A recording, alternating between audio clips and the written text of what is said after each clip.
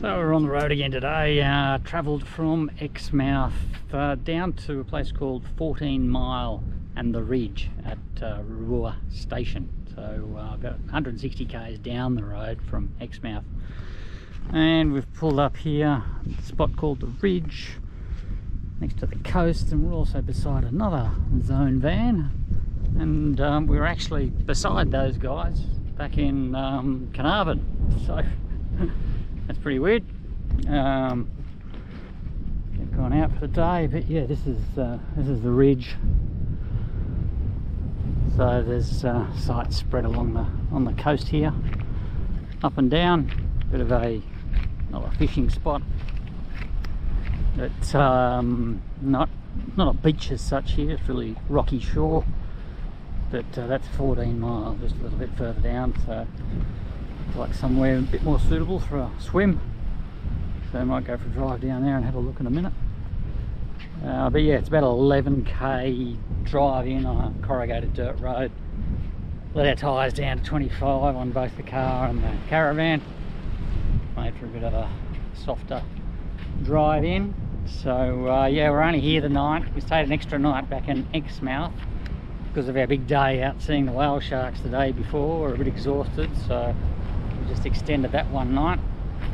It means we've only got one night here, but that's fine. After here we go 20k south to Els Beach, and it'll probably be something similar to here. Our van's just up here. There's the water. So we're still on the Gnaraloo coast. You might be able to see the breakers out there where the reef is. So again, should be snorkeling and lots of fish in here. You know, might go for a wander down there in a minute. Maybe jump into the water and have a look. Morning, we're just leaving the Ridge, 14 Mile on the Ridge, Warroora station, and just going south 20 k's to Els Beach. And the drive is along this sandy track right along the coast for 20 k's. It's slow going, corrugated sandy track, but got some nice views. So we're still on the Gnaraloo coast. So we're down here at Maud's Landing. Apparently there's some good snorkeling as well. So camp down here for a few days. How many days are we down here? 5 days. For the 5 days. So we'll show you what Maud's Landing and Els Beach is like once we get there. But might be a slow 20 k's, I think. Anyway, that's okay. I've got plenty of time. Bumped into Simon and Les from the Lifestyle Pioneers this morning. I was staying back there at 14 Mile as well. Last time we saw them was at Ringer's Rest 2 years ago near Mareeba, North Queensland. So I had a quick chat to them, which is good to catch up.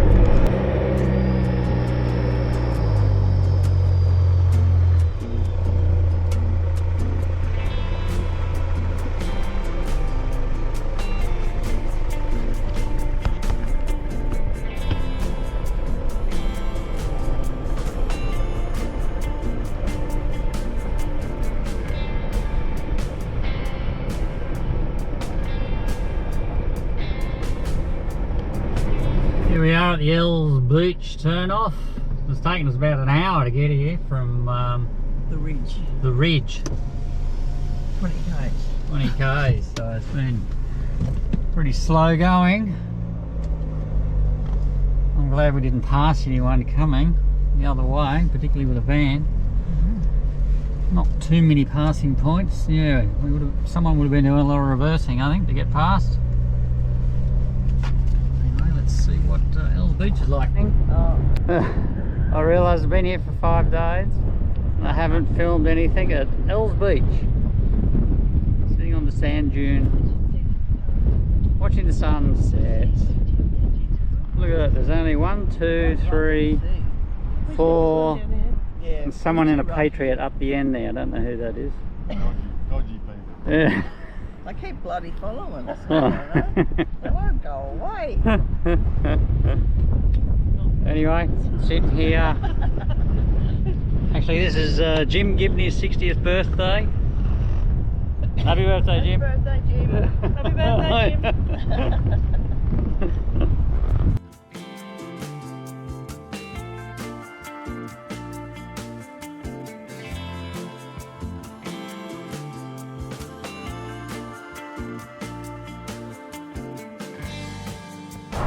So we're in Karratha today, arrived yesterday, come up from Manutera. We're just doing a bit of a drive around the Red Dog circuit. So this is the Red Dog Memorial.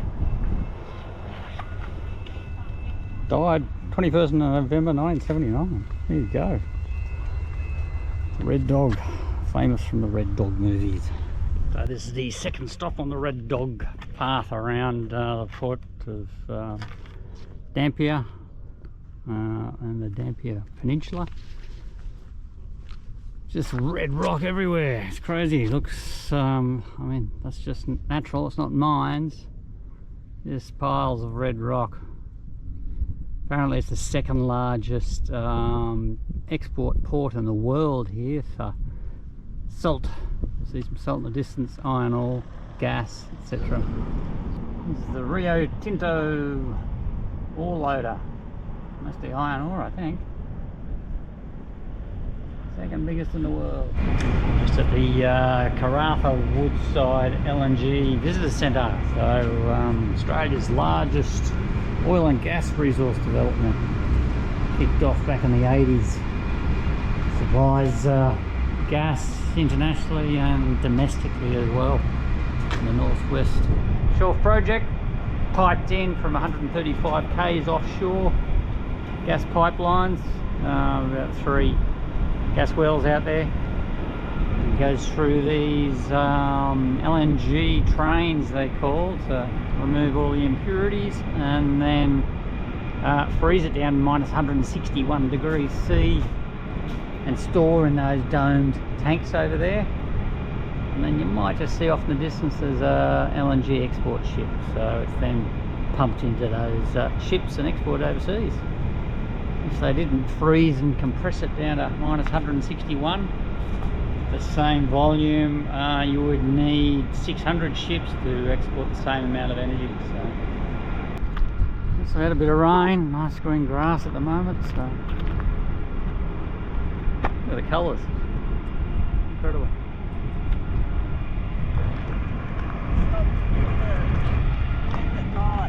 Oh, okay. Sculpture here for people who died during construction of the gas plants, Northwest Shelf plants.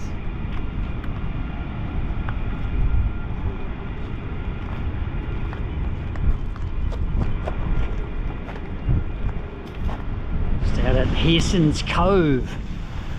And we've got some horses having a swim. Don't see that every day. There's the horse trailer. Nice little spot set up here. Again, look at this. That's not mined, that's natural.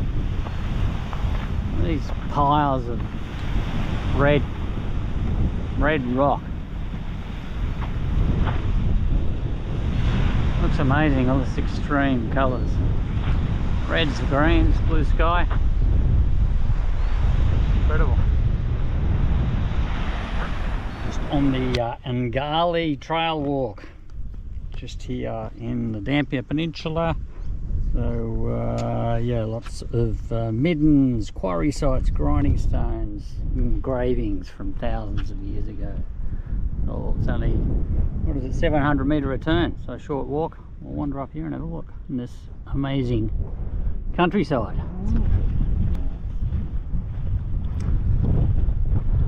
Again, look at these colours, amazing. Look at these carvings up here of goanna, echidnas, quolls, we're going to have a look for. Carvings produced from between 150 to 40,000 years ago. Wow. So here's some of the engravings.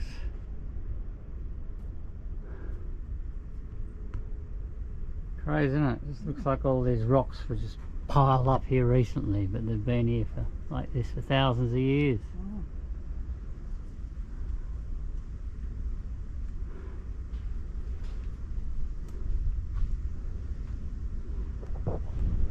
So I just found Gnaraloo, potentially an extinct species of fat-tailed kangaroo from 40 to 50,000 years ago. Don't know whether it's going to show up on the camera. Yeah, but off in the distance, just up there, I've taken a few other photos. I'll slip in. There's an engraving just up here, one of a goanna, and then there's another of a thylacine. So obviously from way back when thylacines were on the mainland. Well, that was cool, wasn't it? And Gnaraloo, something like that. But engravings from tens of thousands of years ago, some of them. Incredible indigenous history here. An amazing landscape. We left Karratha this morning and just making our way north to Port Hedland. I thought we'd drop into Point Sampson and check out Point Sampson on recommendation from a few people. And this is what's called Honeymoon Beach. It's a pretty dramatic little beach here with the rocks either side. It's apparently good snorkeling, nice coral here. But not a very pleasant day for jumping in the water by the looks of it. So just have a quick look and keep moving on.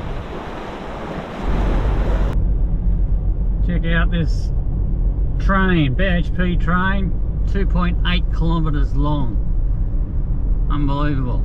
That side of the bridge, and here's the other side of the bridge. They've got two engines at the front, 143 cars, and another 100, and two more engines, another 143 cars. Yeah. 2.8 kilometres. What happens is a train comes in from the mine site fully loaded like that, and they're the same size as the BHP trains. The locomotives go through that shed. You can see it just moving slightly. It's not the locomotives that are doing that. The first two ore cars get onto a rotating platform, and then they're clamped to the platform, and the whole thing spins over, empties all the ore into a bin underneath that shed, which is about 35 metres deep, and then rotated backwards upright again. Then a big push arm comes down and drags the whole train forward, as it's doing right now. It does it empties two ore cars every 45 seconds. It does a full train in about an hour and 35, hour and 40 minutes. Just there is a stacker. It's not working at the moment, but there's a stacker there too. Again, this is all on road. You can see how it swivels around. It's just moving to the left slightly. Oh, right. It's on like a big ball joint, and it can go any way at once, really, up and down and sideways, and yeah, name it. Does it. It's automated as well. That's been driven for. There's usually a couple of hundred people there. Yeah, on the very full moon. So we're just about to get back on the road again. Just packed up here this morning at Port Hedland, Black Rock Caravan Park.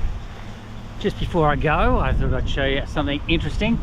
This is the only caravan park I've ever been in where they provide tie-down points, just in case there's a big blow, a cyclone come through. You strap your caravan down to these cables.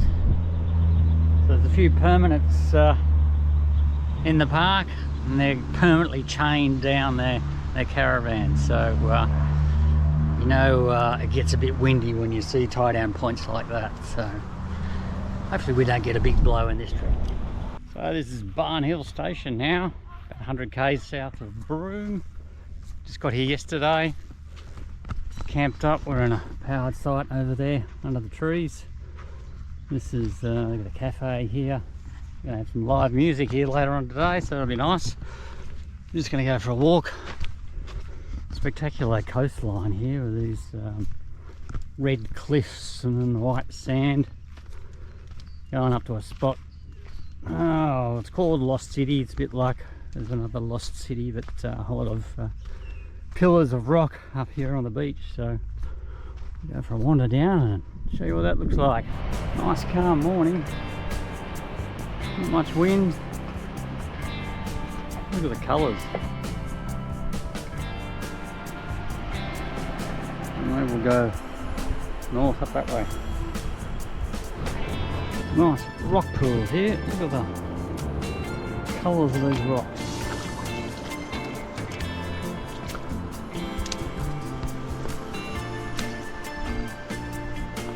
low tide at the moment. They got 7.5, 8 metre tides getting here at the moment. Colour of these cliffs and the rocks change really quickly. That pale and fleckled white stuff, and more black rocks and white rocks over there.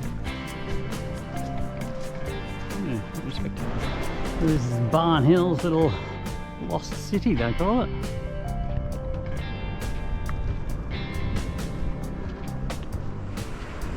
I'll wander through.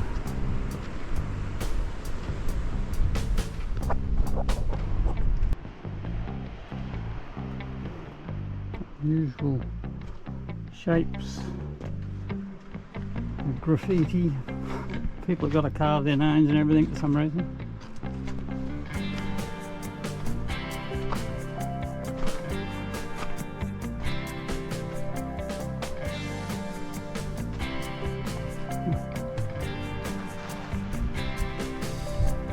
Cool little spot.